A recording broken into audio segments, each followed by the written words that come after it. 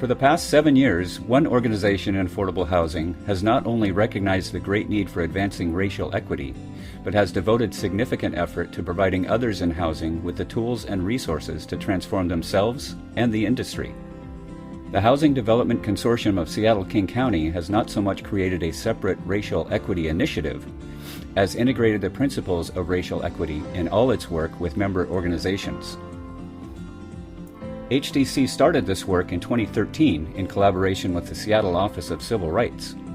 One of the first steps was developing a racial equity toolkit for housing organizations to use, but that was only one part.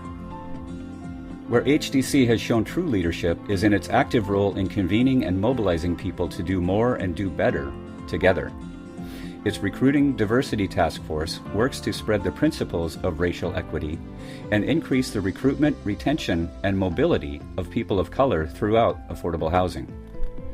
And it has directly brought new, diverse faces into the industry through its Housing Development Internship Program. In all these ways, HDC has given our state's affordable housing industry a model for how to intentionally counter and dismantle racism.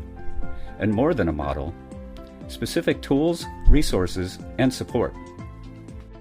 On behalf of HDC, our members, and our partners, we're humbled to be receiving the Racial Equity Friends of Housing Award. You may know that King County has declared racism as a public health crisis. When we look at the intersections of housing, along with racism and public health, we know that Black, Indigenous, and people of color, queer, trans, and disabled populations are disproportionately experiencing housing instability. This is especially true during COVID-19. To address the disproportionalities and entrenched barriers to housing, we need to envision a future that understands housing as a human right.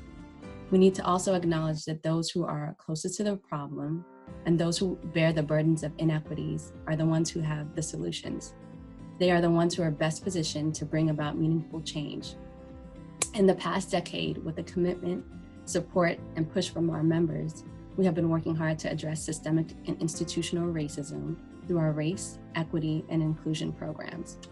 We're thrilled to be moving into our second year of the Housing Development Internship Program, which aims to operationalize equity by recruiting, training, and retaining the next generation of BIPOC leaders in our sector. The success of this program not only debunks the theory that there aren't enough qualified people of color to go into development, it also highlights the importance of redistribution of power and how leaders can co-design and re-envision housing that's community-centric and inclusive.